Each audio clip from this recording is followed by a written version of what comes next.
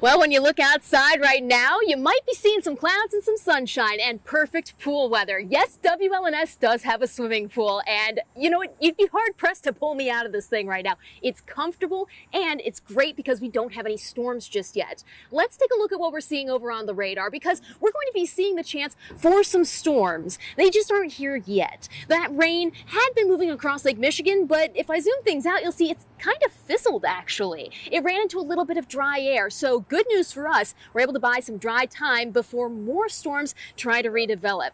Temperature-wise, it's getting toasty. We're still in the 70s technically, but there's warmer air just to our south, the 80s, and it's going to keep warming up through the afternoon. These temperatures are not done with us just yet. We have had some heat this summer, and it's been off and on. Some cooler pockets and then the warmer ones. We're in the warmer one right now. This is pool weather. Highs will be in the upper 80s today, and that's going to be with plenty of humidity. We do have humidity and heat combining, and that makes it feel like it's in the upper 90s. When I say pool weather, I mean it. It's going to be very comfortable in the water, not so much outside of it, especially when the storms get going. Let's look at the precision cast because we do have storms on the way. Going forward in time, when we look around 4 or 5 o'clock, we have some discrete cells popping up. That's when they're by themselves, but they're going to quickly line out, creating that line that gusts forward and creating a chance for severe weather too. Now, 7 o'clock, we got a lot of football games kicking off, high school and college. Spartans, let's go. But the radar's also going to be green in spirit, so it might actually delay some games, just depending on if there's lightning nearby. That continues to move towards the east, so we will dry up after sunset.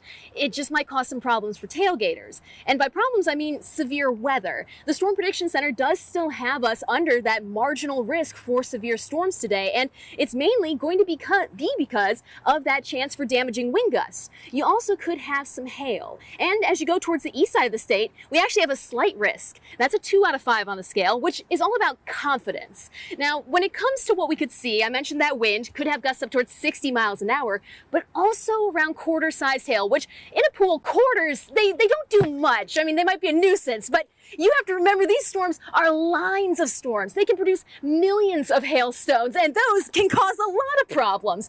Not to mention, these are quarters, the general size of the hail. You could also end up getting some much larger ones, and that really causes a mess. So if you do have any severe storms in your area, make sure that you head inside until they go away.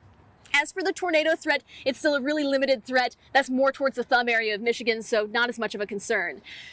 Football forecast, the one everyone's concerned about. That lightning is just for the first quarter. It should start to clear up as we go later on. And as always, the forecast gets better after the football games are done. The forecast cleans up, it dries up, and those temperatures will be in the 70s just in time for Labor Day. Jorma, back to you.